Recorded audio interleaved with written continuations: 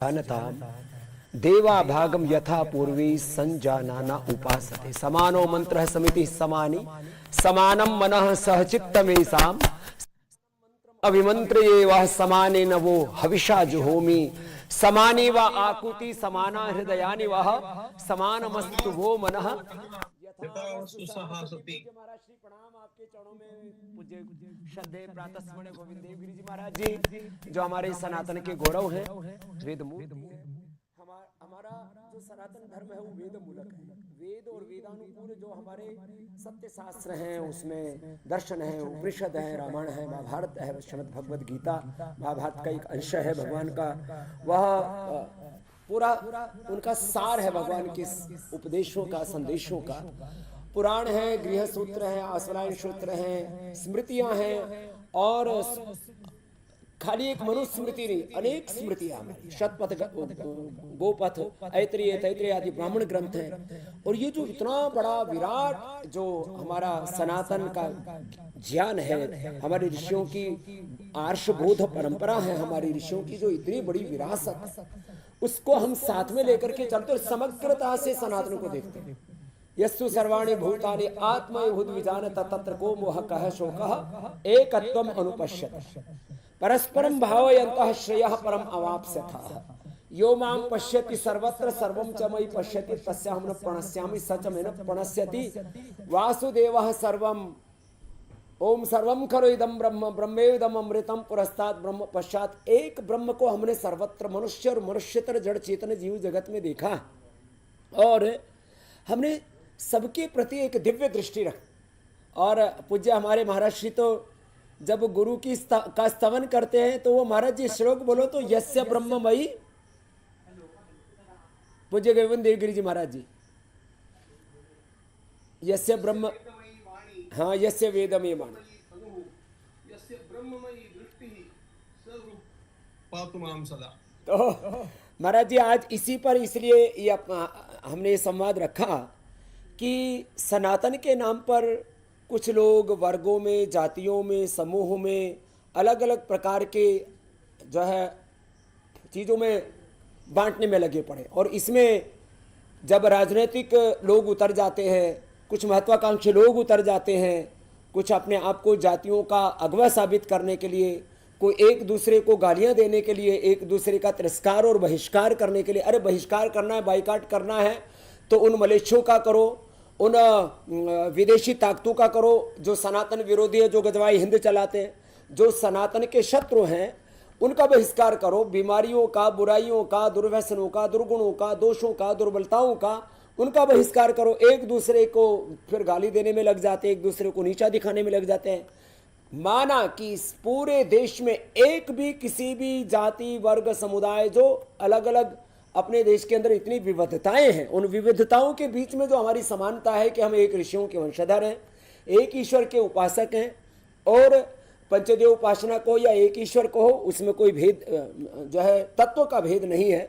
एक ऋषियों के हम ऋषि ऋषिकाओं के वंशज, एक ईश्वर के उपासक, एक धरती माता, एक भारत माता, माता भूमि ही पुत्र हम पृथ्व्या के हम उपासक, हमारे अंदर कोई भेद कैसे डाल सकता है? और वेद में तो कोई भेद है ही नहीं। तो इसी भाव चेतना के साथ मुझे महाराज श्री आज ये आस्था पर, संस्कार पर, फेसबुक पर, यूट्यूब पर करोड़ों लोग, कम से कम 5 करोड़ से अधिक लोग हमारे साथ जुड़ते हैं। महाराज जी कई न्यूज चैनल मिला करके जो कहते हैं कि हम नंबर 1 है, 2 है, 3 है, कई न्यूज चैनल मिला करके उनसे भी ज़्यादा टीआरपी कहो, दर्शक कहो देखते हैं। तो और धर्म के संदर्भ में तो विशेष करके आस्था और संस्कार देखते हैं। और फिर हमने सारा सोशल मीडिया भी आज अलाइन किया और पूज्य गोविंद देव गिरि जी महाराज जी को सब जानते ही हैं। आज लगभग 40 गुरुकुल पूरे देश भर में चलाते हैं और सनातन में सबका समन्वय करने का कार्य करते हैं। कहीं अलग अलग हमारी गुरु परंपराएं हैं, अलग अलग संप्रदाय परंपराएं हैं। गुरु हमारे आदि गुरु शंकराचार्य जी से लेकर के मध्वाचार्य जी, रामानंदाचार्य जी, रामानुजाचार्य जी और हमारे साधु संत महात्माओं के अलग अलग कुछ हमारे यहाँ पर बौद्धिक या वैचारिक लोकतंत्र भी देखने को मिलता है, लेकिन उसमें सिद्धांत की भेद दृष्टि नहीं है, तत्व की भेद दृष्टि नहीं है। तो ऐसे में अभेद दृष्टि के साथ पूज्य महाराज श्री और हमारे जो है पंकज मिश्र जी, ये तो अपने आप में एक बहुत बड़ी विभूति है। आपने सैकड़ों किताबें लिखी, पुस्तकें लिखी, और वो भी सामाजिक, राजनीतिक, आर्थिक विविध आयामों के साथ, और वेद दर्शन उपनिषदों के पूरे संदर्भों के साथ। और रामेश्वर पंकज मिश्र जी ऐसे विद्वान हैं, धर्मपाल जी, जिन्होंने भारत के गौरवशाली अतीत के बारे में जितना उन्होंने कुछ लिखा, उन उस आदरणीय धर्मपाल जी के नाम से जो संस्थान है उसके अध्यक्ष रहे वर्षों तक। तो हमारे बागेश्वर जी जो है श्री धाम वाले हमारे धीरेन्द्र कृष्ण शास्त्री जी, क्योंकि मंगलवार है आज, अब बुला लो जल्दी महाराज जी को। तो वो वहाँ पे भक्तों का मेला लगा हुआ है, तो उस मेले में से अभी वो भी प्रकट होने वाले हैं, तो उनको भी बुलाया है जी। पूज्य महाराज श्री, आप ही मंगलाचरण आप ही करो जी आज के पूरे इस अनुष्ठान का, कि हमको आपस में एकता के साथ, एकात्म भाव के साथ, पूर्ण प्रीति के साथ सब नर करें परस्पर प्रीति चलाई, स्वधर्म निरत श्रुति नीति, कैसे पूरे देश में एकता बनी रहे। और ये कभी कोई दलित को फूंक देता है, कोई दलित को मार देता है, कोई आदिवासी वनवासी के साथ झगड़ा होता है, कभी स्वर्ण का, अगड़े का, पिछड़े का, ओबीसी का, ब्राह्मण, क्षत्रिय, वैश्य, शूद्र, दलित, महादलित, ऐसे आपस में जो लड़ाई झगड़ा बखेड़ा किए हुए हैं, महाराज जी इनको सबको बचा लीजिए, क्योंकि देश को कुछ अंदरूनी और कुछ बाह्य ताकतें चाहती हैं कि ये देश टूटे, सनातन बदनाम। जी महाराज जी, आपको, आप बड़े हैं हमारे।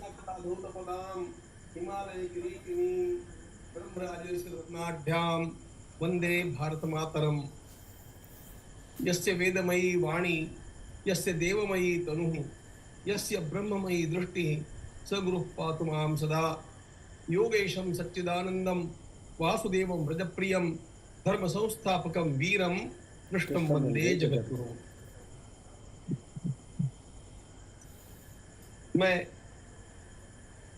हमारे पूज्य स्वामी जी महाराज से, योग ऋषि जी महाराज से अनुरोध करता हूं कि आज की यह बैठक किस उद्देश्य से है। गुरुजी आ गए हैं, गुरुजी। हाँ, बैठाओ बैठाओ महाराज जी को बैठाओ। इसकी वे प्रस्तावना करें, उसके पश्चात इस चर्चा को आगे बढ़ाएंगे। मैंने तो प्रस्तावना कर दी महाराज जी कि सारे देश को एकता के सूत्र में बांधे रखना है। किसी ये ऊंच नीच भेदभाव, ये सारा जो बखेड़ा चल रहा है, और कभी कोई ना कोई प्रसंग ऐसा बन जाता है कि हम सब ऋषि ऋषिकाओं के वंशधरों को, हम सब इस भारत माता की संतानों को सब लोग बांटने में लगे रहे।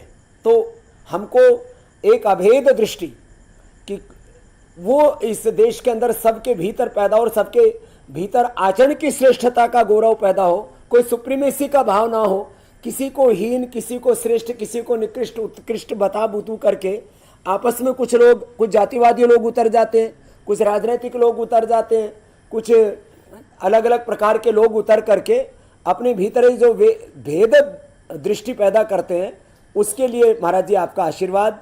और हमारे धीरेन्द्र कृष्ण शास्त्री जी, हमारे पूज्य भैया जी, वो भी श्रद्धेय पूज्य महाराज श्री हैं ही, और आदरणीय हमारे रामेश्वर पंकज मिश्र जी, एक सभी संतों के पूज्य महाराज जी के चरणों में, और स्वामी जी आपके श्री चरणों में, और पूज्य शास्त्री जी के चरणों में खूब खूब दंडवत प्रणाम कर रहे हैं। और आप थोड़ा सा विलम्ब हो गया, हम क्षमा प्रार्थी। नहीं महाराज जी, चल रहा है अनुष्ठान। जी महाराज जी, आशीर्वाद दो। पूज्य महाराज जी के चरण, आलंदी वाले महाराज जी के चरणों में खूब दंडवत प्रणाम। महाराज, किस विषय को लेकर के आज की बैठक है, इसका मैं अनुमान कर रहा हूं जी। मैं बहुत सोशल मीडिया देखता नहीं, मुझे मेरे मोबाइल का उत्तर देना भी कठिन हो गया है, इतनी व्यस्तता मेरी रहती है। लेकिन मेरे साथी बालक मुझे बतलाया करते हैं कि ऐसा झमेला चला है, वैसा झमेला चला है, और जातियों को लेकर के, समाज के विभिन्न स्तरों को लेकर के बांटने में अनेक लोग अपनी अपनी ढपली बजा रहे हैं। मेरा सीधा सभी से अनुरोध है कि हम लोगों को इस समय जागृत रहने की आवश्यकता है। हमारी सनातन संस्कृति, हमारा वैदिक धर्म, यह हिंदू धर्म हम सब लोगों को जो दृष्टि प्रदान करता है वह दृष्टि सर्वम खलविदं ब्रह्म इस प्रकार की दृष्टि है, वासुदेव सर्वमिति इस प्रकार की दृष्टि है। और इसलिए हम लोग बाहर के दिखने वाले अनेक भेदों से ऊपर उठ करके उसके अंतस्थल में जो अभेद है, जो एकता है, उसका दर्शन करने वाले लोग हैं। और इसलिए यद्यपि कार्य की दृष्टि से अनेक प्रकार का विभाजन, अनेक प्रकार के विभाग हमारे समाज में दिखते हैं, अनेक प्रकार के स्तर भी कामों की दृष्टि से हम लोग देखते हैं, और इस प्रकार का वर्णन हमारे शास्त्रों में भी मिलता है, तब भी एक बात स्पष्ट है, अद्वेष्टा सर्वभूतानां मैत्र करुण एव च निर्ममो निरहंकारः स शान्तिमधिगच्छति। यह भगवान का सर्वप्रथम उपदेश है। हम किसी का भी किसी प्रकार के कारण से द्वेष नहीं कर सकते। और इस पे भी मैं एक बात बतलाना चाहूंगा, भारत में निर्माण होने वाले सभी के सभी संप्रदाय, सभी के सभी मत ये अलग प्रकार के हैं, और बाहर से जो आक्रामक लोग आए हैं उनके विचार अलग प्रकार के हैं। हम लोगों को सर्वदा किसी भी प्रकार का चिंतन करते समय यह ध्यान रखना चाहिए कि इन सभी मतों का विभाजन दो भागों में स्पष्ट रूप से होना चाहिए, और वो विभाजन है आक्रामक धर्म और अनाक्रामक धर्म। भारत में निर्माण हुआ एक भी संप्रदाय ऐसा नहीं है, एक भी उपासना परंपरा ऐसी नहीं है, एक भी गुरु परंपरा ऐसी नहीं है जिसने कभी दूसरों के ऊपर आक्रमण किया हो, जिन्होंने कभी दूसरों को अपने मत में लाने के लिए उनके ऊपर जबरदस्ती की हो, प्रलोभन दिया हो, अथवा इस कारण से हिंसा अधिक की हो। ऐसा भारत में किसी भी संप्रदाय में किसी भी महात्मा ने, किसी महापुरुष ने, किसी अवतारी पुरुष ने, किसी भी सदगुरु ने कहीं पर भी किसी भी हमारी प्रादेशिक भाषा में भी पढ़ाया ही नहीं, क्योंकि इन सब के ऊपर वह वैदिक धारणा विराजमान है कि सब में एक परमात्मा विराजमान है। इसलिए हम लोगों को किसी का भी द्वेष नहीं करना चाहिए। लेकिन भारत से बाहर आए हुए जो संप्रदाय है ये आक्रामक है, ये निश्चित रूप से हम लोगों को आक्रमण करके और बदलना चाहते हैं, हम लोगों की उपासना पद्धतियों को ध्वस्त करना चाहते हैं। ये आक्रमण केवल राजकीय नहीं होते हैं, ये आक्रमण संस्कृति के विध्वंसक आक्रमण है, और ये ज्ञान के द्वेषी, नालंदा जैसे विश्वविद्यालय को जलाने वाले और लोगों की सरसकट कत्ल करने वाले ऐसे हैं। और इसलिए हम लोगों को जो भारत में जन्मे हुए संप्रदाय है, इन सभी लोगों को इसके लिए सावधान रहना चाहिए कि कभी भी ये बाहर के हस्तक अथवा इनके जो हमारे देश में बसे हुए एजेंट, इनके जो हमारे देश में विराजमान और हमारे समाज के लगने वाले लेकिन जिनकी धारणाएं बिकी हुई है, ऐसे लोग हैं जो लोग हम लोगों को तोड़ना चाहते हैं, जो लोग हम लोगों को आपस में लड़ा करके मिटाना चाहते हैं, जो हम लोगों को आपस में कलह करा करके हमारी शक्ति का क्षरण करना चाहते हैं। ऐसी किसी भी प्रकार की षड्यंत्र की जो धारा बहती जाती है उसमें हम लोगों को सावधान रह करके अपने समाज को बचाना चाहिए। और उसके लिए ये कहना चाहिए कि हम किसी भी प्रकार से भारतीय सभी के सभी संप्रदाय, भारतीय सभी के सभी पंथ जो अनाक्रमक है, विश्व बंधुत्व की भावना करने वाले हैं और ये कहने वाले हैं कि विश्व का कल्याण हो, ये कहने वाले हैं, ऐसे लोगों को यदि बचाना है तो ऐसे लोगों को स्वयं अपने आप में एक दूसरे के साथ किसी भी प्रकार का विवाद नहीं करना चाहिए। कभी कभी किसी के द्वारा गलती हो भी जाती है। अब मैं गलतियां आपको गिनाने बैठूं, अरे सामान्य लोगों की नहीं, मैं अपने को बड़ा बड़ा कहलाने वाले लोगों की भी गलतियां गिनाने बैठूं तो भी मैं उसको कितनी देर तक पढ़ता जा सकता हूं। लेकिन हम लोगों को विचार ये करना चाहिए कि इनको एकांत में समझाया जा सकता है। ये लोग आवेश में आकर के कुछ बोल देते हैं अथवा कर देते हैं तो वो हमारे घर की बात है, और इसलिए उनको पुनः इस प्रकार की गलती करने से रोका जा सकता है। हम लोगों को यही अपनाना चाहिए। अभी एक अत्यंत भोंदा विभत्स वृत्त मैंने सुना कि किसी को व्यासपीठ पर बैठने के कारण किसी ने उनका मुंडन कर दिया या और कुछ कर दिया। यह सब ऐसा है। ऐसा यदि कुछ हुआ भी होगा तो भी हम लोग किसी के भी द्वेषता नहीं हो सकते हैं। हम लोगों को किसी भी प्रकार कानून को हाथ में लेकर के इस प्रकार के दंड का देने का प्रावधान नहीं है। हम लोगों को सौम्यता का व्यवहार करना चाहिए। मन प्रसाद सौम्यत्वम मौनमात्म विनिग्रह, भगवान गीता में कहते हैं सौम्यता भी एक अत्यंत महत्वपूर्ण जीवन मूल्य है। सारी बातें शास्त्रों के अनुकूल होनी चाहिए, इसका मैं आग्रही हूं। मैं यथासंभव उसका पालन करने वाला हूं और करना चाहिए ऐसी भी मान्यता रखता हूं। लेकिन इन शास्त्रों का सबको ज्ञान कहाँ है, इन शास्त्रों का सबको भान कहाँ है। ये शास्त्र में भी ऐसा हो गया कि अनेक प्रकार के प्रक्षिप्त अंश भी उसमें आ गए हैं। इसलिए इन सब बातों को लेकर के हम लोगों को आपस में कलह नहीं करना चाहिए। भाई भाई घर में बैठ करके जिस प्रकार अपने मतभेदों को सुलझाते हैं उसी प्रकार उनको सुलझाना चाहिए। यह हमारी दृष्टि होनी चाहिए।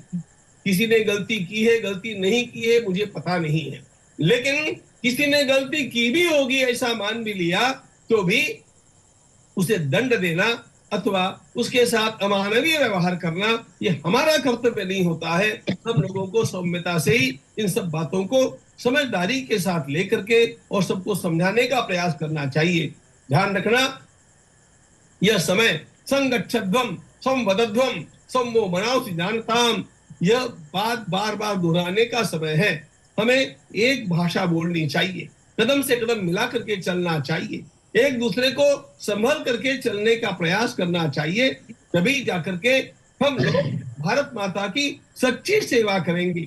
अरे इस देश को तोड़ने के लिए कितना प्रयास गत 200 वर्षों से हो रहा है। ब्रेकिंग इंडिया पढ़ करके मैं तो बेचैन हो गया। इस देश के टुकड़े टुकड़े करने के लिए, इन समाजों का बंटवारा करने के लिए लोग अनेक प्रकार के षड्यंत्र रचते हैं और ऐसे षड्यंत्रों में जिनका धर्म के साथ कोई संबंध नहीं, जिनको सनातन के बारे में कोई आदर नहीं, ऐसी भी राजनीतिक पार्टियां कूद आती है और अपनी रोटी सेकने के लिए कुछ भी करने लग जाती है। हम लोगों को इनसे भी सावधान रहना चाहिए और हमारा समाज बटेगा नहीं, हमारा समाज घटेगा नहीं।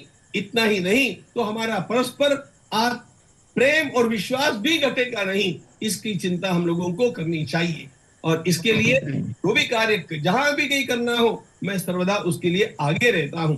मैं तो वैदिक परंपरा का अनुयायी हूं, लेकिन पूरे देश में भगवान बुद्ध की कथा करने वाला मैं अकेला हूं। महाराष्ट्र में भगवान महावीर के ऊपर सर्वाधिक प्रचलित मेरी पुस्तक है और मैं अभी कर्नाटक में जाकर के आया, सारे लिंगायत साधुओं से मिलकर के आया, क्योंकि भारत में निर्माण हुआ हर संप्रदाय मेरा है, ये मेरी धारणा है। भारत में जन्मा हुआ हर महापुरुष मेरे लिए पूज्य है, ये मेरी धारणा है। और इसलिए यदि कहीं मतभेद है भी तो भी वे मतभेद, देखो ध्यान रखना, ये होते हैं 5%, लेकिन 5% मतभेदों को महत्व देकर के हम 95% एकात्मता को भूल जाते हैं। हम आवेश में आकर के किसी के पीछे पड़ करके और एक दूसरे के लिए कहा सुनी का आरंभ कर देते हैं। हम लोगों को इससे बचना चाहिए और इस प्रकार का हमसे कहलवाने के लिए प्रयास करने वाले भी अनेक लोग होते हैं। इसलिए ऐसा कहलवाने के समय में भी हमें सावधान रहना चाहिए। मेरी वाणी से वाचम धेनुम उपासित, अपनी वाणी से कुछ भी ऐसा नहीं निकल जाए जिससे समाज बटे, जिससे समाज पुरुषार्थ को भूल जाए, जिससे समाज आपस में लड़ाई करने लग जाए। ऐसा तो जीवन भर में मैं तो कभी करने वाला हूं नहीं। मैं जो भी मेरे संपर्क में आता है उनको भी करने देने वाला नहीं हूं। सब लोगों से यही प्रार्थना करने वाला हूं। हमारे बड़े बड़े आचार्य पीठों पर बैठे हुए लोग और आचार्य पीठों पर न होने पर भी बड़ी विद्वत्ता धारण करने वाले शास्त्रीय लोग भी कभी कभी इस प्रकार की बात करते हैं। यद्यपि शुद्धम लोक विरुद्धम नाचरणीयम नो वदनीयम। कुछ बात यद्यपि आपको बड़े सत्य का पता चल गया है, तब भी लोक क्षोभ होगा, ऐसी बात बोलनी नहीं चाहिए। न बुद्धि भेदम जनयेत प्राज्यो अज्ञानाम कर्म संगीणाम। तो बुद्धि भेद नहीं पैदा करना। और महाराज जी सामाजिक, आर्थिक, राजनीतिक दृष्टि से और कुछ ऐसे बहुत रहस्यमय षड्यंत्र करके, जो जैसे आपने कहा कि जो आक्रांता हैं, विदेशी, जो भारत विरोधी, और अपने देश में भी कुछ ऐसे लोग हैं जो भारत विरोधी, सनातन विरोधी, जो ताकतें उनके टुकड़ों पर पड़ने वाले, उनके स्लीपर सेल्स बोलो, या और कई तरह के लोग हैं जो जाति, वर्ग, संप्रदाय के नाम पर भेद दृष्टि पैदा करके पहले एक दूसरे के प्रति घृणा, विद्वेष, फिर उसमें हिंसा, फिर उसमें क्रूरता, फिर उसमें युद्ध जैसी स्थिति में ला करके खड़ा कर देने के लिए बहुत से लोग तैयार रहते हैं। और मैं तो एक चीज़ देखता हूँ महाराज जी, अपने पूरे, जैसे ये जो कहीं पर ये बात आती है कि हमारा कुछ कुछ कहीं कहीं पर सांख्य, योग, न्याय, वैशेषिक, वेदांत, मीमांसा आदि दर्शनों में कोई प्रधान दृष्टि के साथ में कोई कथन कहीं पर किया जा रहा है, कहीं धर्मशास्त्र को लेकर के, कहीं मोक्ष शास्त्र को लेकर के, कहीं किसी और संदर्भ को लेकर के, किसी सृष्टि के विशेष तत्व को लेकर के, तो उसको हमें एक वैचारिक, बौद्धिक, सांस्कृतिक, लोकतंत्र के रूप में देखते हैं, या एक संदर्भ विशेष में कोई बात कही गई है। लेकिन समग्रता में जब सनातन के सारे तत्वों को देखते हैं तो वहाँ तो कोई भेद दृष्टि महाराज जी दिखती ही नहीं है। तो हमारे धीरेन्द्र कृष्ण शास्त्री जी से भी बात करेंगे। हमारे पंकज मिश्र जी, युद्ध हमने लड़े, लेकिन वो हमारे राजाओं ने युद्ध लड़े, लेकिन हमारे साधु, संत, महात्मा, ऋषि, मुनि सारे समाज को जोड़ने का काम करते रहे। युद्ध तो हमारे शौर्य और वीरता का प्रतीक रहा, लेकिन वो युद्ध जो है हमने आक्रांताओं के खिलाफ लड़े। कभी किसी भी जब से माने भारत नाम का तत्व है, सृष्टि के आदिकाल से आज तक हमारे किसी भी पराक्रमी राजा ने किसी गरीब को, किसी कमजोर को, किसी को मारा हो, काटा हो, मोक्ष किया किनका? रावणों का, जरासंध का, और वो भी हर वर्ग जाति के हैं। यदि कोई जातियों की बात करता है, वर्ग समुदाय की बात करता है, तो हर वर्ग जाति में, समुदाय में, हर कालखंड में असुर हुए और उनका मोक्ष किया हमारे ऋषियों ने।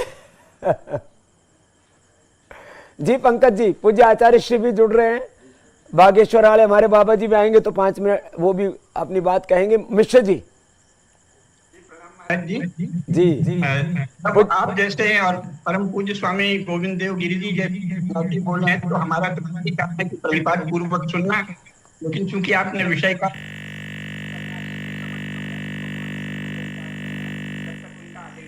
ना आदेश है, बोलो आप। महाराज जी, इसमें 2 बातें हैं जो मैं निवेदन करना चाहता हूँ। पहली बात तो ये है कि तत्वज्ञान की दृष्टि जो मोक्ष वाली दृष्टि है वो तो बिल्कुल अलग है। स्वयं शंकराचार्य ने कहा है कि जाति गोत्र कुल वर्ण दुर्गम ब्रह्म तत्त्वमसि भारत, तो उस समय तो आप केवल ब्रह्म तत्व का विचार करेंगे। लेकिन जो सामाजिक व्यवहार है, इस पर भी हमारे धर्मशास्त्रों में, वेदों के अनुसरण में बहुत विस्तार से विचार हुआ। तो वो सत्यनिष्ठ विचार है, लेकिन उसको फैलाया नहीं गया। तो ये वस्तुतः तो महाराज जी इस समय जो भी दोष समाज में है, जिसकी ओर ध्यान नहीं जाता, सन्यासी स्वाभाविक है किसी दूसरे लोक में रहते हैं, तो उनको राजनीति की भूमिका पर ध्यान नहीं जाता। भारत में जो कुछ अशुभ है उसके मूल में जो राजनीति चली वो है। राजनेताओं ने क्या किया, इस सब जगह शास्त्रों में है कि धर्म को, ब्राह्मण को, गौ को और स्त्री को आरक्षित छोड़ देना महापाप है। लेकिन हमारे जो शासक थे उन्होंने माइनॉरिटी के नाम से इस्लाम और ईसाइयत को तो सुरक्षित किया, संरक्षित किया, विशेषाधिकार दिए, हिंदू धर्म को आरक्षित छोड़ दिया, जो कभी भी भारत के हिंदू शासक नहीं करते। तो सही तरीका ये है कि शासन के द्वारा एक महापरिषद बने आचार्यों की, जिसमें सभी पंथों के आचार्य रहें, सन्यासी रहें, और उसमें जब कोई ऐसे विवाद उठे तो प्रधानमंत्री या राष्ट्रपति की अध्यक्षता में वो सभा हो, उसमें निर्णय कर लिया जाए और उसको समस्त हिंदू समाज माने। लेकिन ये कार्य नहीं हुआ। राजनीति की भूमिका जो हमारे संगठन, चाहे वो विश्व हिंदू परिषद हो चाहे अन्य संगठन, वो राजनीति की भूमिका को समझते हैं कि कुछ है ही नहीं है। लेकिन 15 अगस्त 1947 के बाद राज्य जीवन के हर क्षेत्र में प्रभावी है। जो आप बात ये पहले अपने कई बार आंदोलन के समय भी आपने बात कही, जो पूरे ईसाई समुदाय में जो पोप होता है उसको एक राष्ट्राध्यक्ष के तौर पर और एक वैश्विक नेता के तौर पर वो प्रस्तुत करते हैं, उसको वैसा प्रोटोकॉल देते हैं, उसकी सब बात मानते हैं। ऐसे ही चाहे सिया सुन्नी है या जो नास्तिक भी लोग हैं, वो भी जो कि किसी ईश्वर नाम के तत्व को नहीं मानते, वो भी राजनीतिक रूप से जो उनके द्वारा स्थापित जो व्यक्तित्व होता है उसको सर्वमान्य रूप से स्वीकार करते हैं, जबकि उसके लिए कोई लोकतांत्रिक व्यवस्था भी नहीं होती है। तो जैसे ईसाइयों में पोप की बात को सारे दुनिया के, चाहे उसमें कैथोलिक हैं, प्रोटेस्टेंट्स हैं, वहां तक वो उसको फॉलो करते हैं, तो वो व्यवस्था तो बन ना पाई। अब इस व्यवस्था को भी तो हमें बनाना पड़ेगा कि हमारे जब राजनीतिक तौर पर यह व्यवस्था गौरव मिला नहीं, तो अब इस गौरव की प्रतिष्ठा कम से कम हम इस रूप में तो करें कि जाति, वर्ग, समुदाय, इन सब के नाम पर जो आपस में लड़ाई झगड़े, घृणा, विद्वेष और एक दूसरे के हम प्रति आक्रामक हो जाएं और एक दूसरे का बहिष्कार करने लगे, तिरस्कार करने लगे। और एक देश में सनातन क्या है, सनातन धर्म को लोग फिर बदनाम करने लगे कि सनातन में तो ऊंच नीच, भेदभाव, छुआछूत घुसा हुआ है, और ऐसा करके फिर एक नैरेटिव सेट कर देते हैं कि सनातन में, और जबकि इनमें दूसरे जो सनातन विरोधी ताकतें हैं उनमें तो घृणा, नफरत, युद्ध, और आपने तो पूरे डाटा भी इसके दिए और मैंने फिर उसको सत्यापन भी किया कि ईसाइयत को फैलाने के लिए, इस्लाम को फैलाने के लिए, कम्युनिज्म को फैलाने के लिए 10-10 करोड़ से ज्यादा लोगों की हत्याएं हुई हैं। तो वो, हाँ, उससे ज्यादा ही हुई है। मैंने एक दिन ऐसे आपकी जानकारी के लिए बताता हूं, मैंने कहा भाई जो है इसके पूरे डिटेल में बताओ कि ईसाइयत को फैलाने के लिए, फिर मैंने दूसरा प्रश्न पूछा इस्लाम को फैलाने के लिए, क्योंकि चैट जीपीटी और आ तो ग्रोक प्रो कई तरह के आर्टिफिशियल टूल्स आ गए हैं इंटेलिजेंस के, तो पूरा आंकड़ों के साथ कि इस कालखंड में इतने इतने लोगों को मिलाकर के 10, 12, 15 करोड़ निर्दोष लोगों को मारा गया। तो ये तो क्रूरता से, हिंसा से भरे हुए इनके पूरे अतीत हैं। तो इसमें अपने को क्या करना है, हमारे बागेश्वर वाले महाराज जी भी और पूज्य आचार्य जी को भी, आचार्य जी को भी हमने राजस्थान में पकड़ लिया, ये भी जो है तो आप अपना जो है अंतर्मन का भाव आप रखिए, क्योंकि मंगलवार हमको पता है और बागेश्वर धाम में लाखों लोगों के वहाँ भीड़ है, तो अपने अंतर्मन का भाव कहिए, फिर हम मिश्र जी और पूज्य महाराज जी और आचार्य जी हम संवाद को आगे बढ़ाएंगे। जी धीरेन्द्र कृष्ण शास्त्री हमारे भैया जी। आज का ये संवाद बड़ा अद्भुत है। वर्तमान परिस्थिति में इस संवाद की आप जैसे महापुरुष परम पूज्य अनंत श्री भूषित पूज्य श्री आलंदी वाले पूज्य महाराज जी, गोविंद देव गिरी जी महाराज जी, पूज्य शास्त्री जी, पूज्य आचार्य जी और स्वामी जी, आप सबका इस समय पर यह संवाद करना इतना आवश्यक हो गया। जैसे यूं समझो कि किसी को भयंकर चौथे स्तर का कैंसर हो जाए तो उसको कीमो बचा लेता है कई बार, वैसे ही ये वर्तमान में जो हिंदू ही आपस में लड़ रहा, ये संवाद हमें लगता है जब पूरे देश के लोग इस परिचर्चा को सुनेंगे तो निश्चित रूप से दो भाई जो आपस में विवाद में पड़े हैं वो संवाद में जब उतरेंगे तो देश को एक नई दिशा मिलेगी और हिंदू आपस में लड़ेगा नहीं और हिंदू घटेगा नहीं। हमारे आचार्य महापुरुषों ने कहा, हरि को भजे सो हरि को होई, जात पात पूछे नहीं को। वेद भी कहते हैं कि हम सब एक हैं। एक पिता की मान लो यदि 4 संतानें हैं तो पिता को ना बड़ा अति प्रिय होता है ना छोटा अति प्रिय होता है, चारों ही पुत्र समान होते हैं, चारों ही पुत्र प्रिय होते हैं। वैसे ही हम सब सनातन धर्म में जन्मे हुए लोग उस परम पिता परमात्मा की संतानें हैं और सब जितने हम प्रिय हैं उतने ही क्षत्रिय प्रिय हैं, उतने ही वैश्य प्रिय हैं, उतने ही शूद्र प्रिय हैं। ना भगवान का कोई अप्रिय है ना कोई अति प्रिय है, भगवान के लिए सब प्रिय है। तो हमें लगता है कि वर्तमान समय में जो हिंदुओं को लड़ाने का कार्य किया जा रहा, ये जो घटनाक्रम चल रहा, कुछ राजनीतिक रोटियां सेकी जा रही, इसमें समर्थकों को तो कोई लाभ नहीं पर नेताओं को तो पूर्ण लाभ हो जाए। पर हमें नेताओं से भी कोई दिक्कत नहीं। एक प्रार्थना हम करना चाह रहे हैं, इस प्रकार के कार्यों को, इन घटनाओं को बहुत जोर दिया जाएगा, विवाद की तरफ इन्हें मोड़ा जाएगा तो हिंदू बट जाएगा, हिंदू घट जाएगा, हिंदुस्तान मिटने की कगार पर आ जाएगा। और हम सब संतों को फिर बहुत और मेहनत करनी पड़ेगी, कार्य करना पड़ेगा, तब जाकर के ये खाई कब ठीक होगी ये भी पता नहीं। दो भाई यदि आपस में लड़ रहे हैं तो उन्हें विवाद से नहीं, संवाद से सुलझाया जाए। हमें लगता है कि ये अब वर्तमान में जो परिस्थिति चल रही है, ऐसे में हिंदू राष्ट्र तो नहीं बनने वाला। तो हम स्वामी जी से भी प्रार्थना कर रहे हैं, आचार्य जी से भी प्रार्थना कर रहे हैं, शास्त्री जी से भी प्रार्थना कर रहे हैं कि हमारे जैसे छोटे सेवकों को ऐसा क्या करना चाहिए। पदयात्रा तो कर ही रहे, भेदभाव को मिटाने के लिए, छुआछूत को मिटाने के लिए। हमारी वैदिक परंपरा स्थिर रहे, वैदिक परंपरा को नहीं हमें छेड़ना है, हमारी सनातनी परंपरा स्थिर है। लेकिन जातियों का जो अभिमान, जातीय अभिमान, वो कैसे मिटाएं? जातियों में जो जाति का अभिमान है उसको हम कैसे मिटाएं? एक तो ये प्रश्न है, इस पर आप हमें मार्गदर्शन दें। दूसरा, हम अपनी तरफ से ये बात रखना चाह रहे हैं कि अगर हिंदू ही हिंदू से लड़ेगा तो अब ना तो मुसलमानों की आवश्यकता है, न ईसाइयों की आवश्यकता है।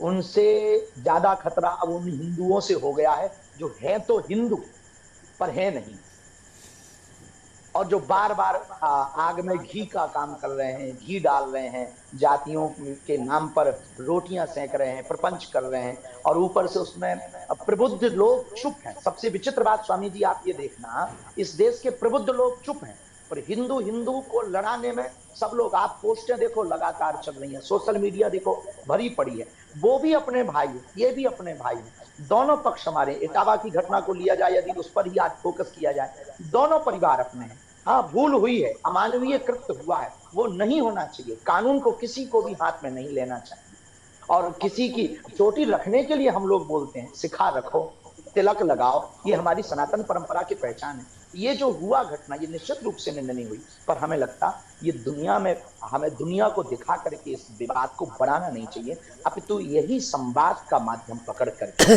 इसको तुरंत इस आग को बुझाना चाहिए। तभी भारत हिंदू राष्ट्र हो पाएगा, तभी सनातनी परंपरा बच पाएगी, तभी सनातनी परंपरा बची ही है, और पूरे विश्व तक सनातनी परंपरा की बात पहुंच पाएगी। जी शास्त्री जी, तो हमारे बहुत ही पूज्य, श्रद्धेय और जिनके ऊपर दैवी कृपा और सब बड़ों का आशीर्वाद है, हनुमान जी का, सन्यासी बाबा का, और सब महापुरुषों के बालकवत जिनको आशीर्वाद प्राप्त है, ऐसे हमारे अत्यंत प्रिय, पूज्य, श्रद्धेय धीरेन्द्र कृष्ण शास्त्री जी, जिनको हम आध्यात्मिक दृष्टि से आत्मवत प्रीति करते हैं और भौतिक दृष्टि से हमारे अनुज हैं, तो उनको कुछ ज़्यादा ही प्रेम मिल जाता है।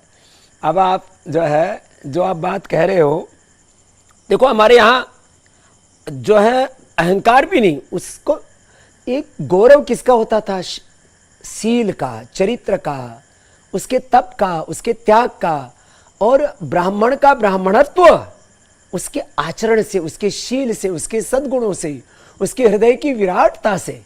ब्राह्मण का ब्राह्मणत्व ज्ञान पक्ष एक है, लेकिन वो ज्ञान आचार्यहीनम न पुनन्ति वेदा उतत्व पश्यन् न ददर्श मेनम उतत्व शृण्वन् न शृणोत्येनाम।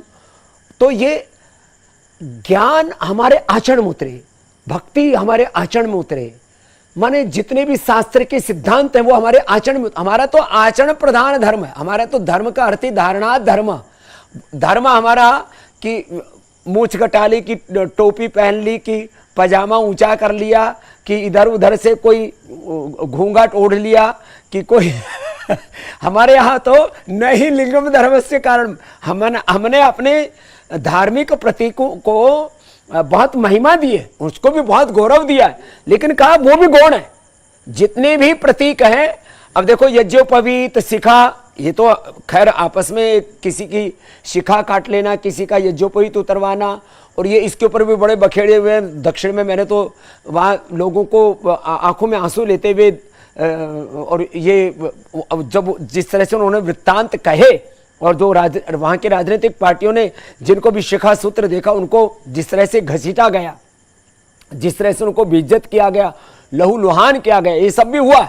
लेकिन हमारे यहाँ पर जो धर्म का जो तत्व है, वो श्रेष्ठतम आचरण से, श्रेष्ठतम चरित्र से, उसकी हृदय की उदारता से, तप त्याग से, एक सबके प्रति आत्यंत की प्रीति करुणा से, और यही सारे जिसको पूज्य महाराज श्री ने बार बार कहा कि जो आक्रांताओं ने जो यहाँ पर धर्म के नाम पर, मजहब के नाम पर जो यहाँ पर बहुत प्रकार का एक जिसको कहते हैं कि एक सांस्कृतिक वैचारिक प्रदूषण किया, वो तो उसकी तो बातें ही छोड़ो। आज तो हम अपनी बात कर रहे हैं और वो तो हमेशा इस ताक में बैठे रहते हैं कि कैसे, जैसे बार बार कहा गया, पूज्य महाराष्ट्र ने भी कहा, हमारे भैया ने भी बोला कि हिंदुओं को बांटो, हिंदुओं को काटो, हिंदुओं को तोड़ो, हिंदुओं को एक दूसरे के प्रति इनमें नफरत बढ़ो, घृणा बढ़ो। और इस तरह के लाखों लोग वो जो है बहुत से उसमें ट्विटर पर बैठे हैं, बहुत से फेसबुक पर, यूट्यूब पर, चैनलों में उनको मेन स्ट्रीम जो मीडिया उसमें जगह कम मिल पाती है, लेकिन वहाँ पर भी कभी कभी राजनीतिक विश्लेषक के रूप में आ जाते हैं, कभी कभी वरिष्ठ पत्रकार के रूप में आ जाते हैं और एक बहुत बड़ा वैचारिक प्रदूषण ठेलते रहते हैं। तो इन सब से तो बचाना ही पड़ेगा। तो महाराज बागेश्वर वाले बाबा जी, और कुछ कहना है तो, नहीं तो पधारो आप अपने हनुमान जी की सेवा में। कुछ और बोलना है तो बोलिए, फिर पंकज जी कुछ बात कहेंगे। जी स्वामी, बस ये आज की ये संवाद की चर्चा से हम यही चाहते हैं कि ये जो वर्तमान परिस्थितियां हैं, इन परिस्थितियों में एकता की चर्चा पूरे विश्व तक पहुंच पाए। और शरण से ज्यादा आचरण की महिमा जो आपने बताई, तो बड़ी अद्भुत बात कही। हम चाहते हैं कि सब एकजुट हो गए और ये जो वैमनस्यता है सभी पक्षों के अंदर, जो कुछ लोग हैं उनके अंदर ये वैमनस्यता को बढ़ावा देने का जो भाव है, उस भाव को भी हम कहेंगे कि उस कुभाव को मिटाकर उसे स्वभाव ना बनाएं, वरना ये देश के लिए हितकारी नहीं। और आपका स्नेह बना रहे, हम सब लगे हैं। आगामी समय में हम 7 नवंबर से पुनः इसी के लिए स्वामी जी पदयात्रा करने वाले हैं, दिल्ली से वृंदावन तक। कि जातियों का जो अभिमान है, जातिगत अभिमान है, जो दीवार है, जो ये कैंसर जैसी बीमारी है, इसको जन जन तक जाकर के हमें लोगों को जगाना है कि हम सब एक हैं। एक रहेंगे तो जैसा पूज्य स्वामी जी महाराज जी ने कहा था कि एक रहेंगे तो नेक रहेंगे, हम बचे रहेंगे। हमें अब तोड़ने वाली बातों पर भरोसा नहीं करना है, जोड़ने वाली बातों पर भरोसा करना है। बहुत बहुत प्रणाम। और जो है अपने अनुज होने के नाते आपके लिए आशीर्वाद, शुभकामनाएं। आपकी यात्रा, आपके संकल्प, आपका पूरा जो आपका चरैवेती का जो पूरा आपका पराक्रम है, उसके लिए बहुत बहुत अभिनंदन।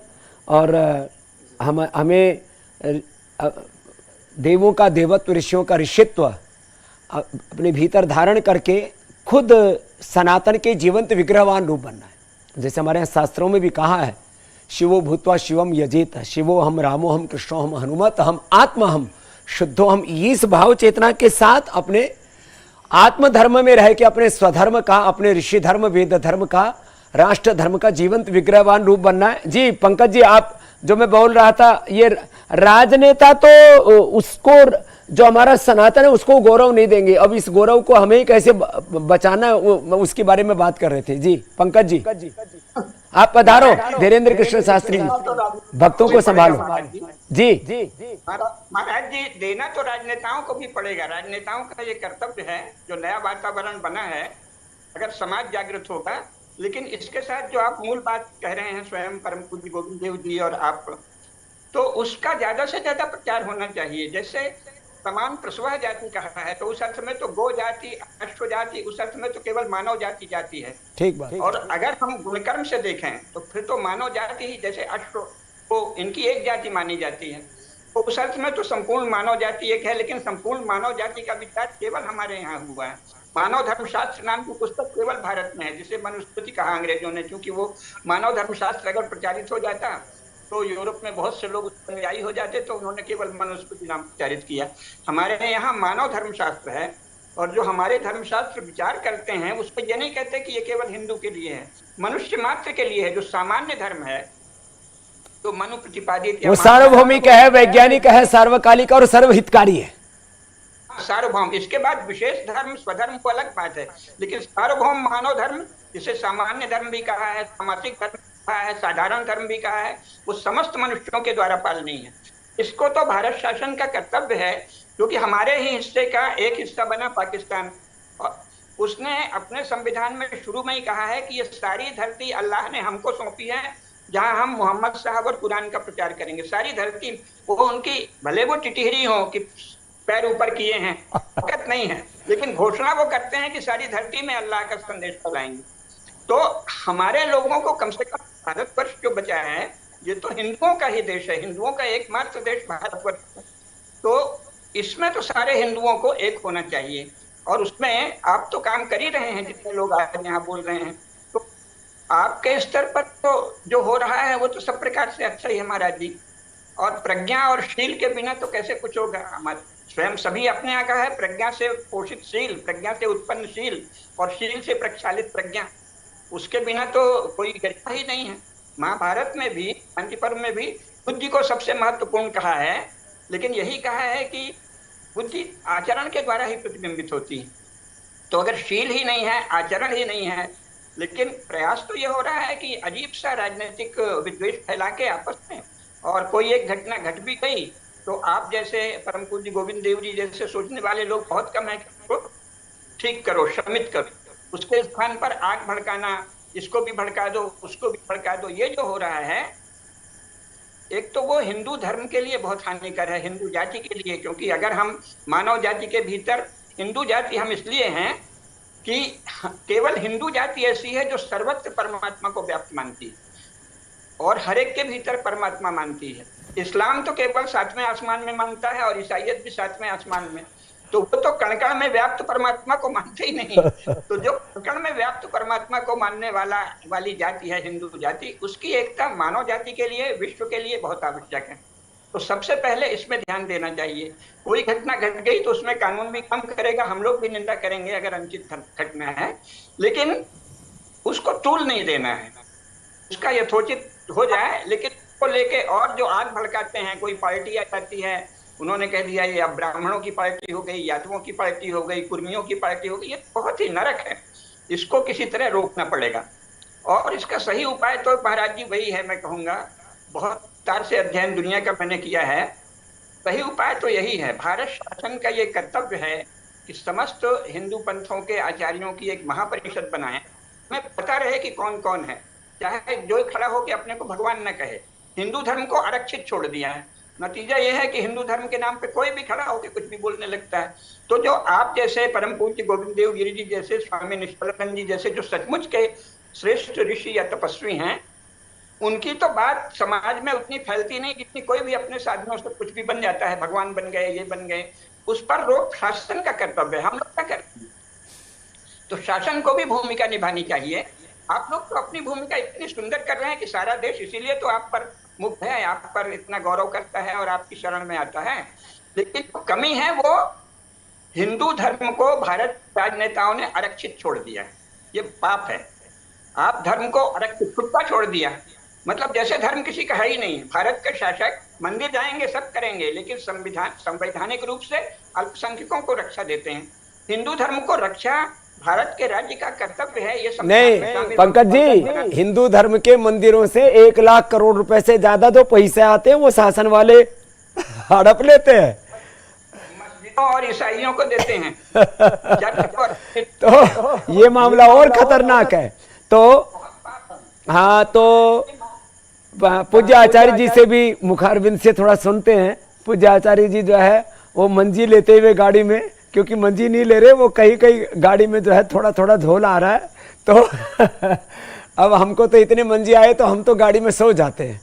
तो क्योंकि हमने 25 लाख किलोमीटर से ज़्यादा की यात्रा की, लोगों को गाड़ी में नींद नहीं आती, हमको गाड़ी में बैठते ही नींद आती है।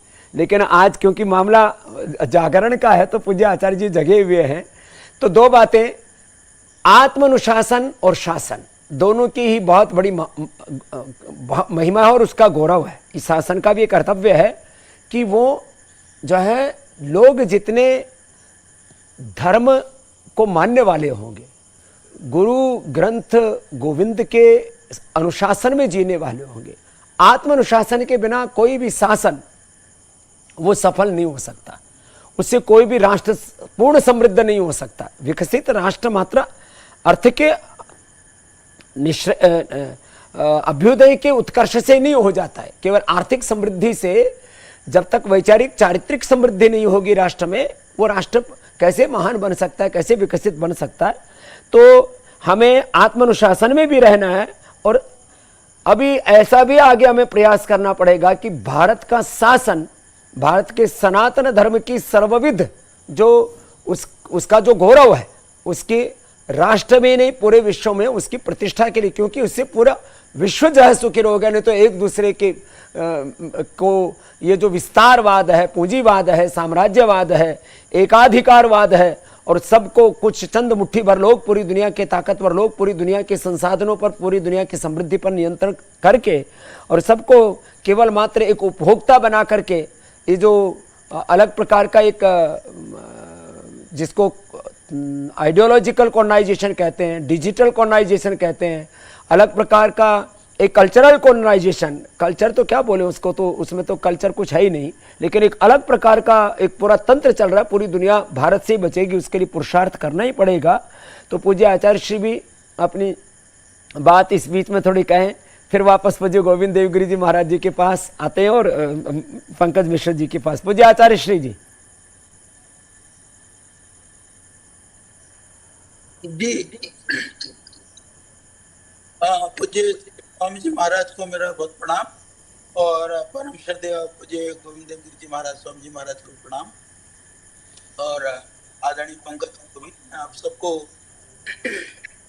बहुत समय से सुन रहा था। अभी यहाँ पर मार्ग पर गाड़ी में इसकोले लेते हुए वार्ता को हम सुन रहे थे, और अभी भी मेरे मन में आदरणीय पंकज जी ने कहा कि अब हमारे लिए कैसी व्यवस्था होनी चाहिए, यह बात सत्य है। परंतु आज हम जिस स्थिति में हैं, उसके कारण के जो अतीत के जो कारण हैं, उनके ऊपर भी हमको चिंतन करना चाहिए। क्यों जो अपने आप को हिंदू है और इतने टुकड़ों में क्यों ये बहुत बड़ा विचारणीय प्रश्न है। इसका कारण यही है कि हमें हमारा जो इतिहास था, एक तो उसको जिस तरह से त्रुटिपूर्ण बना करके, इस तरह से षड्यंत्र से उसको विकृत करके, वो जो आक्रांताओं के अलग तरह के धर्म में या हमारे जो धर्म की क्रियाओं में, आचरण में या जीवन में जो उसका जो प्रभाव पड़ा, उससे जो हमारी दृढ़ता कमजोर पड़ी, हमारी एकता जो क्षीण हुई, तो वो जो क्षीण हुई एकता आज तक एक ना हो पाई। धर्म के नाम पर जो अनेक कारणों से अनेक कमियां या विकृतियां पैदा हुई, आज हम उसको खत्म न कर पाए। अनेक षड्यंत्रों से हमारे शास्त्रों और ग्रंथों को समाप्त किया गया, आज तक हम उसको संग्रहित न कर पाए। अनेक कारणों से हमारे ग्रंथ और शास्त्रों में प्रक्षेप कर दिया गया, आज तक हम शोधित न कर पाए। तो ये बहुत सारे ऐसे कारण हैं जिन पर हमें ठीक करने के लिए भी काम करने की आवश्यकता है। इसीलिए जो वर्ण व्यवस्था क्या है, आश्रम व्यवस्था क्या है, कर्म के अनुसार जीवन क्या है, तो जो जन्मना जायते शूद्र कर्मण द्विज उच्यते की जो अवधारणा के अनुसार कर्म व्यवस्थाएं क्या हैं, संस्काराद् द्विज उच्यते, एक निश्चित एक निर्देश हो, जो एक स्पष्ट सबके लिए एक आदेश हो, और सभी के लिए इस तरह का सबको बोध और ज्ञान होने लगे। तो इसको लेकर के, क्योंकि हमारी छोटी छोटी चीजों में जो अस्पष्टता है, उन अस्पष्टताओं का लाभ जो धर्म के विरोधी लोग हैं या जो धर्म को कमजोर करना चाहते हैं, वो लोग उसका लाभ उठा रहे हैं। ये जो अभी घटना घटित हुई है, वो भी उसका एक उदाहरण है। तो हम तो शिखा सूत्र के पोषक हैं, हम सबके लिए उसके विधान और उस प्रयास करते हैं। तो कोई रखे हुए व्यक्ति का उच्छेदन करना, ये तो हमारी संस्कृति नहीं है। इसी तरह से कि कथा करने के लिए जैसे कर्म के द्वारा, वह उसमें कर्म में सामर्थ्यवान व्यक्ति को होना होता है, परंतु सामर्थ्य है तो उस कर्म को कर सकता है। सामर्थ्य के अनुसार उसके वर्ण का निर्धारण स्वतः ही हो जाता है। तो यह जो भाव है, यह जो हमारी परंपरा का जो यथार्थ रूप है, वो यथार्थ रूप आप सब महापुरुषों के माध्यम से जितना जल्दी लोगों में पहुंचे, तो भ्रम भी समाप्त हो जाएंगे। भ्रम फैलाने का प्रयास करने वाले षड्यंत्रकारी लोग, जो चाहे किसी भी कारण से, किसी भी स्वार्थ से, किसी भी, चाहे वो अज्ञानता से हो चाहे वो स्वार्थ से हो, जो इस तरह के कुत्सित प्रयास करने वाले बेनकाब होंगे। तो लोगों को चेतन करना, जागृत करके धर्म के सही स्वरूप को लोगों तक पहुंचाना बहुत जरूरी है। यदि हमने ऐसा नहीं किया तो ये जो खंड खंड में बटे हुए जो लोग हैं वो इकट्ठे नहीं हो पाएंगे, और जो बांटने वाले लोग हैं वो ज्यादा और उनके मंसूबे जो है वो ज्यादा प्रबलता के साथ में और समाज को बांटने के लिए और लग जाएंगे।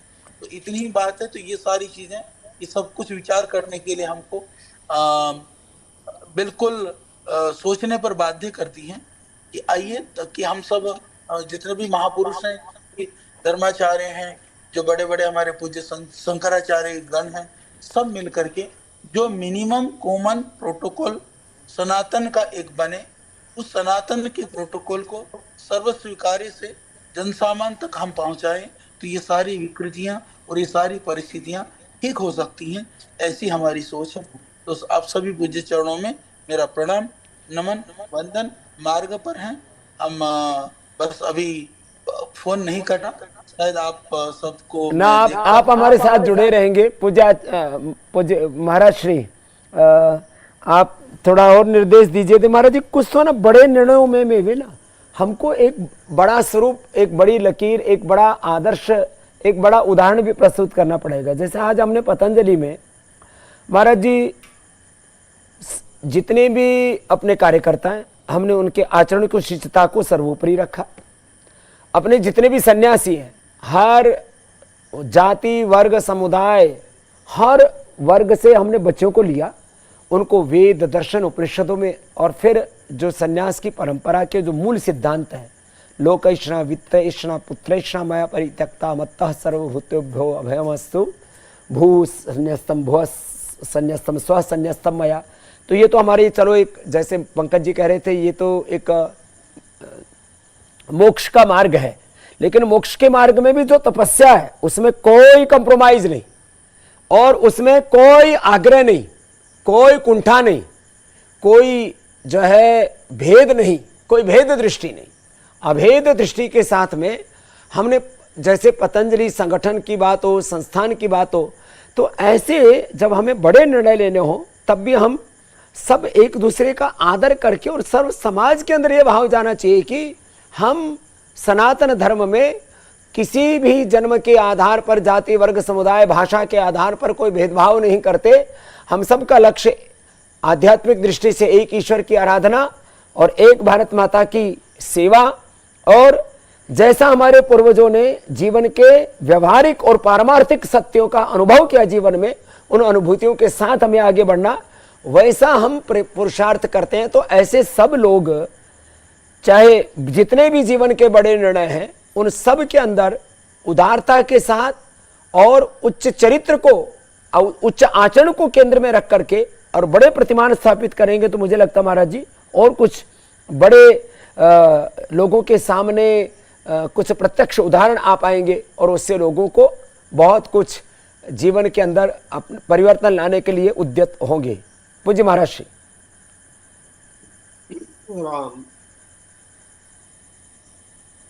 सामाजिक समस्याओं का जब मैं चिंतन करता हूं और अनेक प्रकार की होने वाली ऐसी जातीय उठापटक का जब भी कोई मामला सामने आता है, तब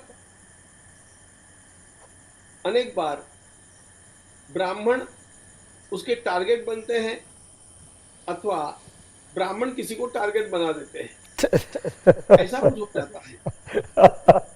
मैंने महाराज जी कई बार कहा, मैंने कहा ब्राह्मणों ने इतना तपस्या की, वेद दर्शन उपनिषद सारी सांस्कृतिक विरासत, इसके ऊपर मैंने कभी कभी बोला तो लोगों ने महाराज जी मुझे ट्रोल किया कि ये जो है, ये रामदेव जो है, ये लोकतंत्र नहीं ब्राह्मण तंत्र का शिकार हो गया। अरे मैंने कहा मूर्खो, अपने जो है अपने पूर्वजों के तप को, उनकी पुण्याई को, अपने पूर्वजों के इतने महान चरित्र को तुम्हें जरा सा भी उसके ऊपर गौरव नहीं, तुम्हारे जैसा कृतज्ञ कोई नहीं होगा।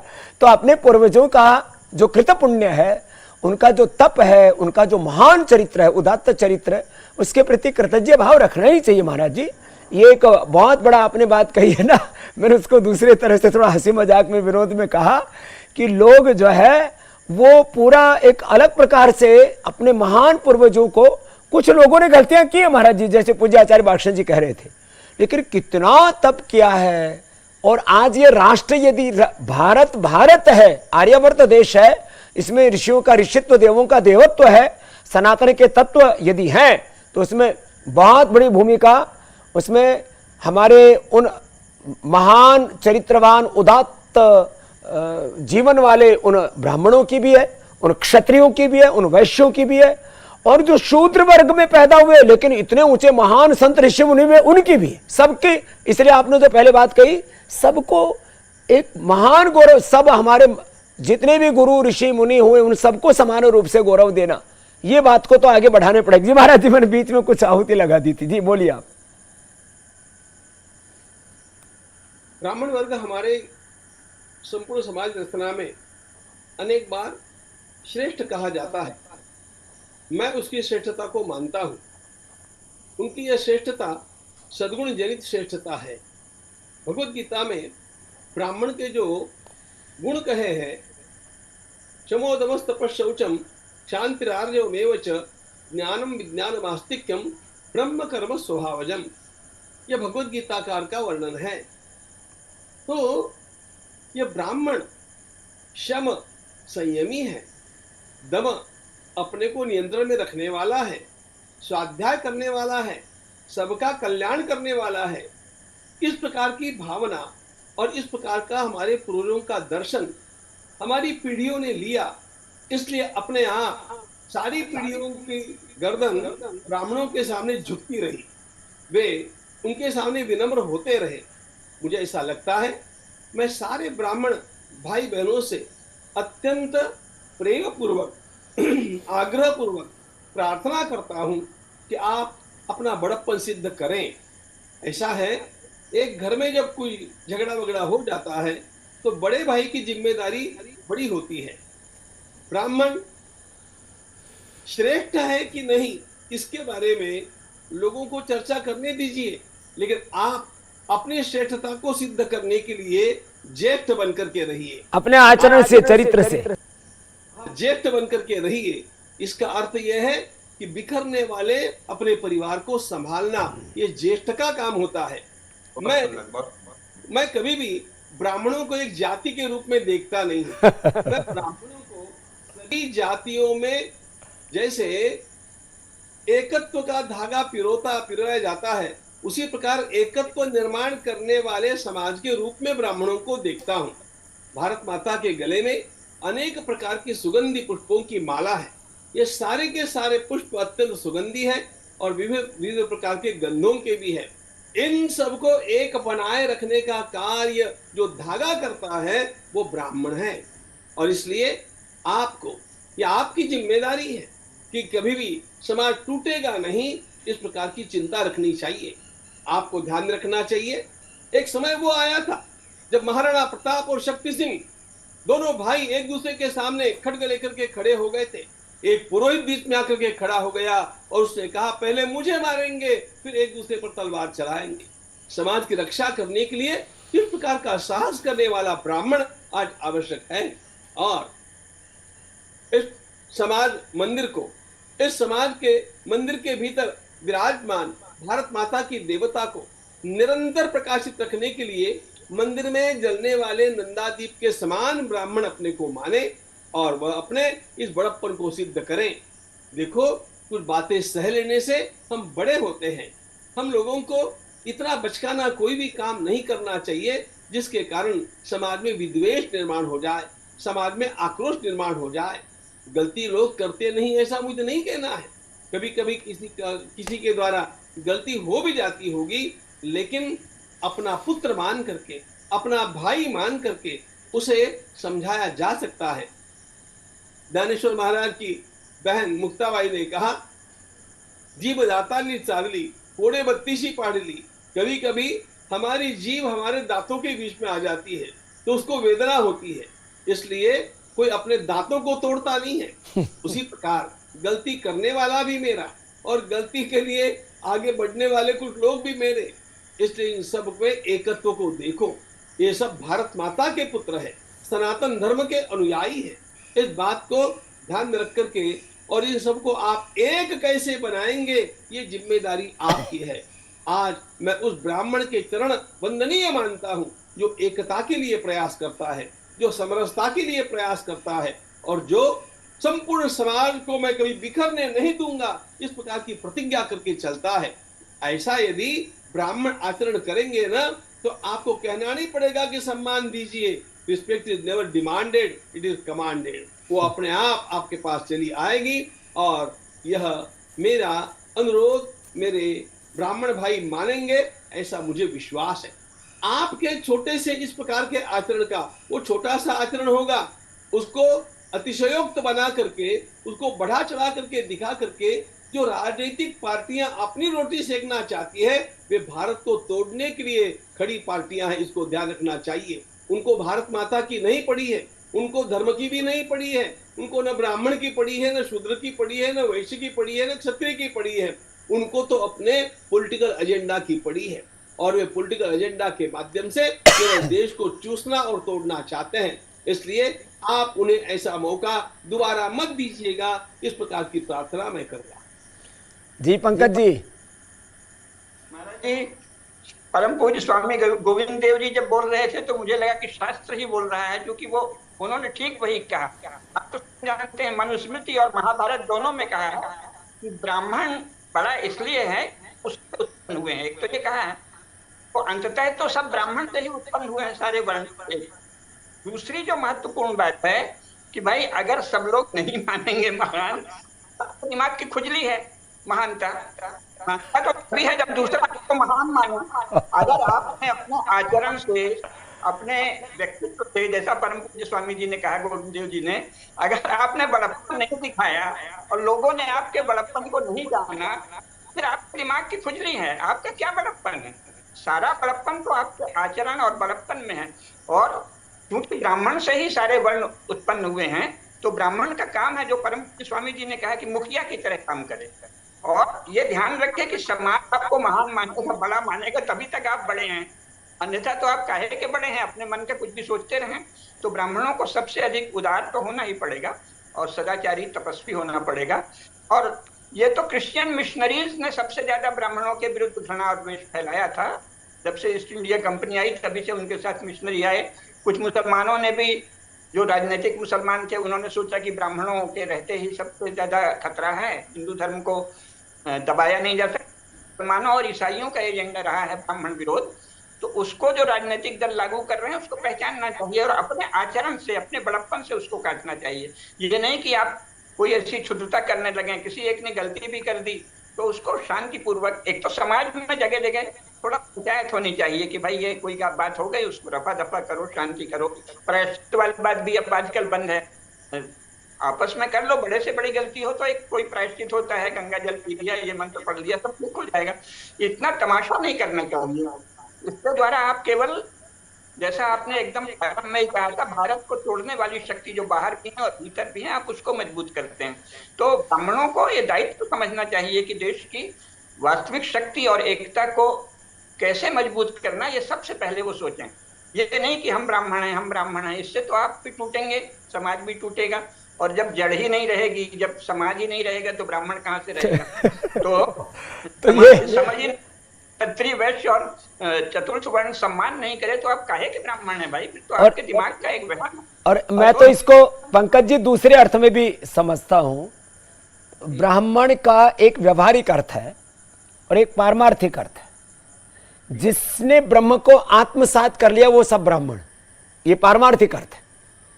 इसका जन्म से, जाति से, वर्ग से, समुदाय से, और ये शास्त्र सम्मत उसकी व्याख्या है।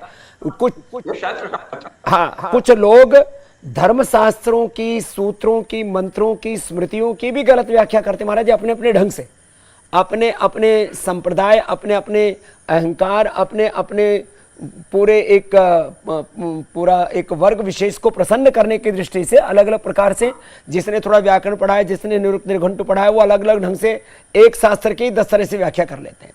तो एक व्यवहारिक अर्थ है कि आप एक बहुत उन्नत परंपरा के वंशधर हैं, एक उसका पारमार्थिक अर्थ है कि आप किसी भी वर्ग जाति समुदाय में कहीं पर भी पैदा हुए हैं और आपने उस परात्पर ब्रह्म को और ईश्वरीय सत्यों को जीवन में आत्मसात कर लिया, आप ब्राह्मणत्व को उपलब्ध हो गए, तो आप भी गौरव कीजिए।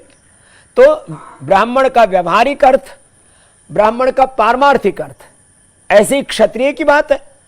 क्षत्रिय के जन्म से एक जिसमें शौर्य है, वीरता है। हमारे ब्राह्मणों के बालक भी तो आर्मी में, एयरफोर्स में, मिलिट्री में, पैरामिलिट्री में, नेवी में सीमाओं पर लड़ रहे हैं, तो वो उनमें क्षात्र धर्म नहीं है क्या? तो क्षात्र धर्म अपने कर्म से, तो एक व्यवहारिक, एक हमारे कर्म से, हमारे आचरण से और हमारे जीवन की तपस्या से जिन तत्वों को हमने अर्जित किया है, तो चाहे वो ब्राह्मण है, ब्राह्मणत्व है, चाहे क्षत्रियत्व है, चाहे वैश्यत्व।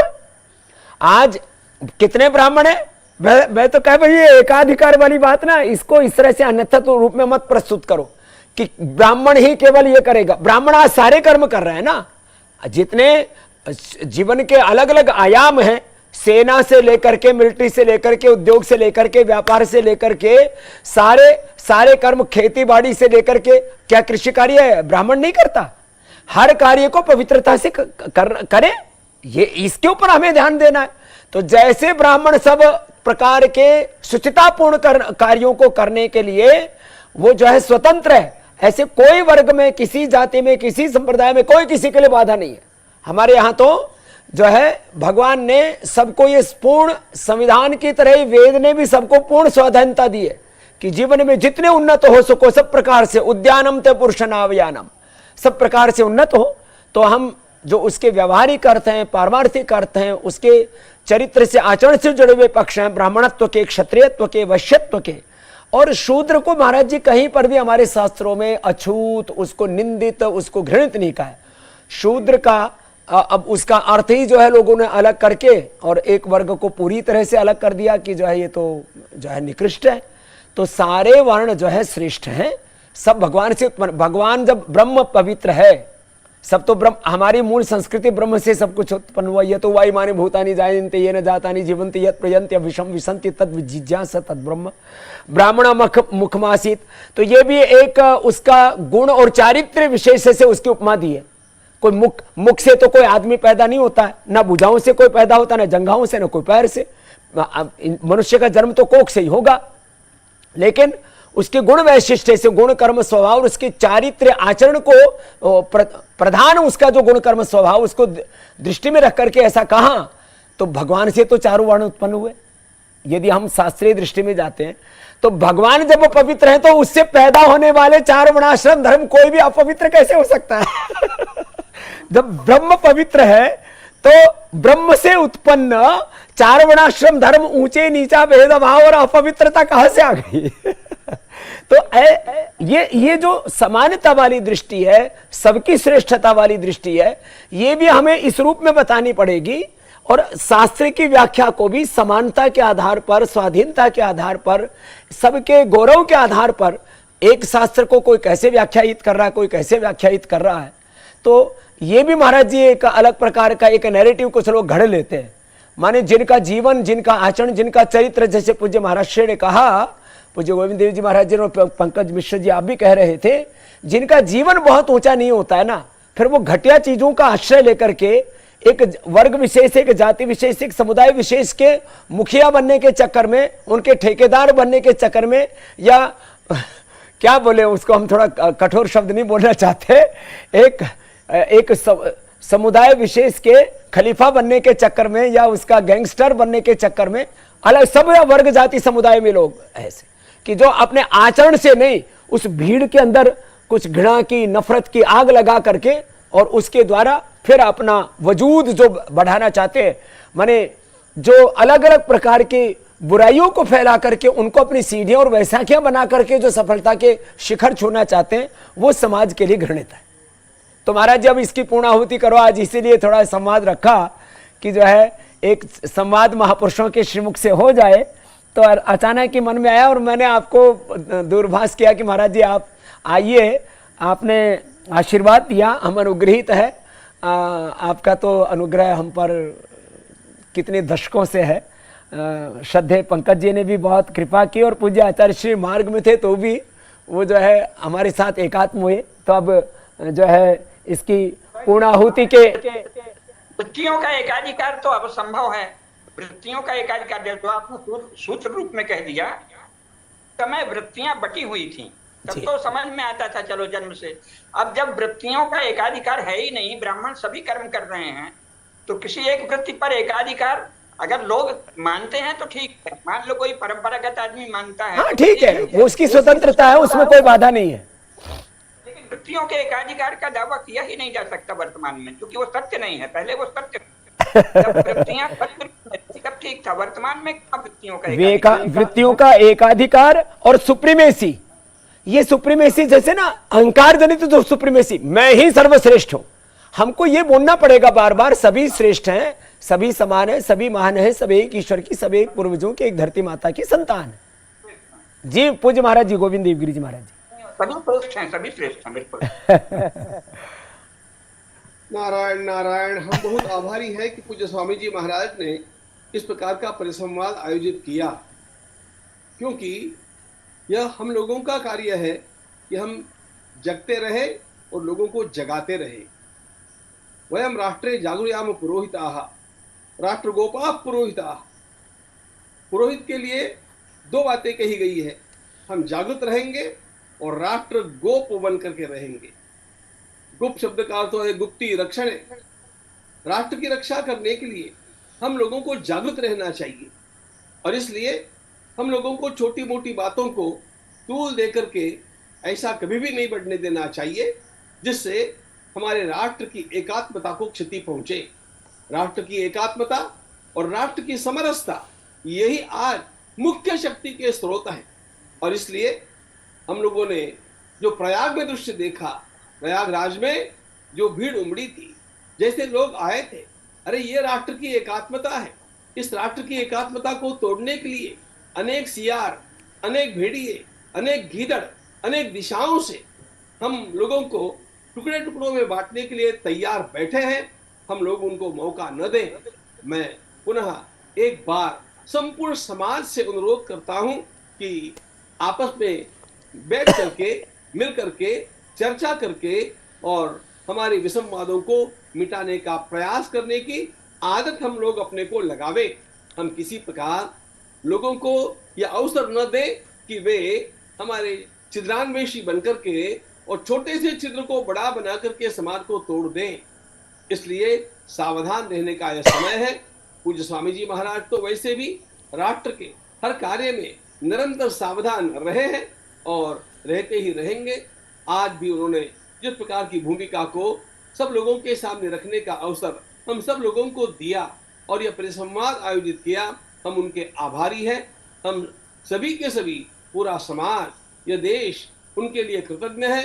हम एकता का संदेश देने के लिए है, समरसता का संदेश देने के लिए है, प्रेम का संदेश देने के लिए है, सौहार्द का संदेश देने के लिए है, हम सभी प्रकार के कलहों को मिटाने के लिए है।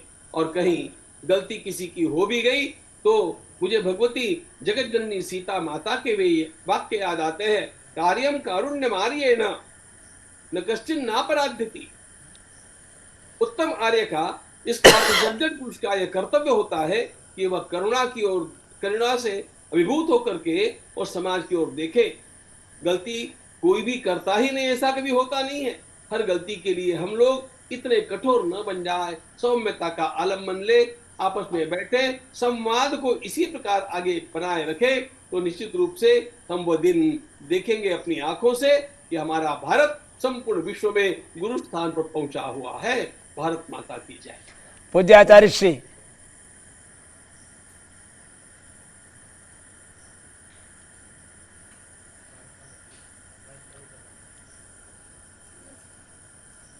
आचार्य जी मोबाइल से चल रहे हैं, चलाओ चलाओ। ये कई बार महाराज जी किसी जाति वर्ग समुदाय के किसी व्यक्ति से गलती हो जाती है ना, तो कुछ लोग उसके पक्ष में खड़े हो जाते हैं, ये और बड़ा गलत हो जाता है। कोई भी वर्ग जाति समुदाय के व्यक्ति से कहीं गलती होती है तो लोग उसको प्रोटेक्ट ना करें, बोले भाई देखो ये गलती हुई, इसको ठीक करो यार, ये आपस में समाज को तोड़ो मत। तो ऐसा काम करना चाहिए। कुछ लोग जो अपने आप को, मैंने कहा ना, जिनका अपने जीवन में तपस्या नहीं होती है, वो इन चीज़ों का आश्रय लेकर के और उस वर्ग विशेष का ठेकेदार बन करके और फिर जो समाज को तोड़ते हैं वो तो और ज़्यादा गलत हो जाता है। पूज्य आचार्य जी अनम्यूट कर पाए? जी जी जी। पूज्य महाराज जी ने जैसे कहा और आपने जिस तरह से संवाद किया, एक बड़ा संदेश निश्चित रूप से गया है और इसी संदेश को जन जन तक पहुंचाने की आवश्यकता है और इसी से ही एकता बनेगी और अपनी श्रेष्ठता, हम सब एक दूसरे की श्रेष्ठता को समझ पाएंगे तो राष्ट्र निर्माण होगा और सांस्कृतिक उत्थान होगा। तो बस निश्चित रूप से इसका बड़ा संदेश जाएगा और इस कार्य के लिए आपको भी और पूज्य महाराज श्री को भी मेरा प्रणाम है, नमन है। और प्रणाम। पंकज जी आप पूर्णाहुति कर दो। पूर्णमद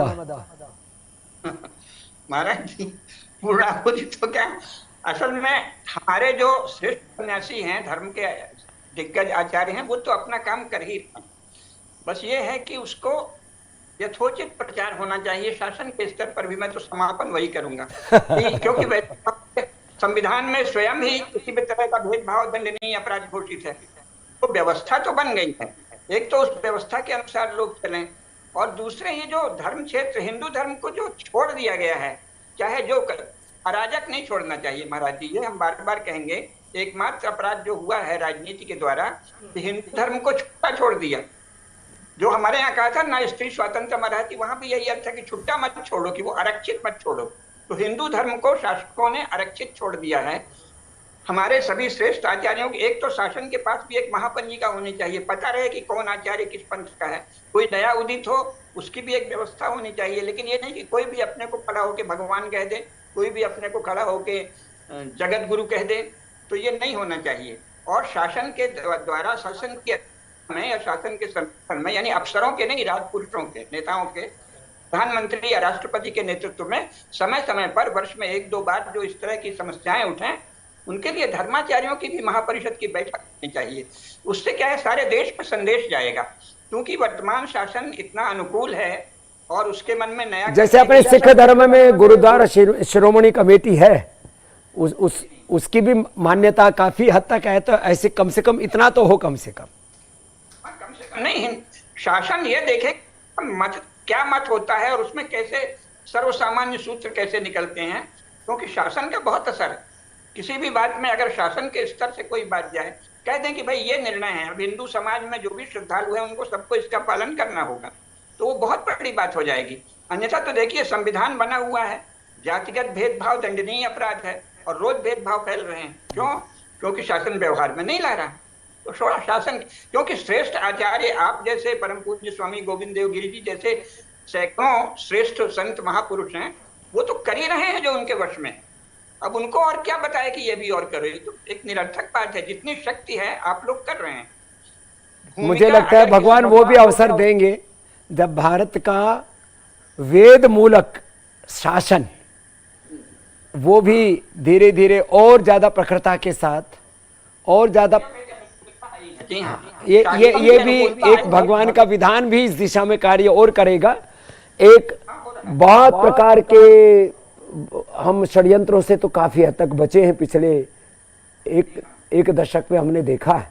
हमारे पास इस समय जो नेतृत्व है वो बहुत सक्षम है। हाँ। उसको थोड़ा सा इधर भी ध्यान दें, ऐसा हम लोग बार बार प्रयास करें। तो सभी दिशाओं से भगवान का विधान और ज्यादा व्यापक होगा और वेद मूलक सनातन धर्म मूलक शासन व्यवस्था भी सनातन को समग्र रूप से गौरव देने के लिए भी प्रतिबद्धता वो भी एक दिन प्रतिष्ठापित होगी, ऐसा प्रतीत होता है। आप सब महापुरुषों ने समय दिया, इतनी प्रीति से इस संवाद को आगे बढ़ाया।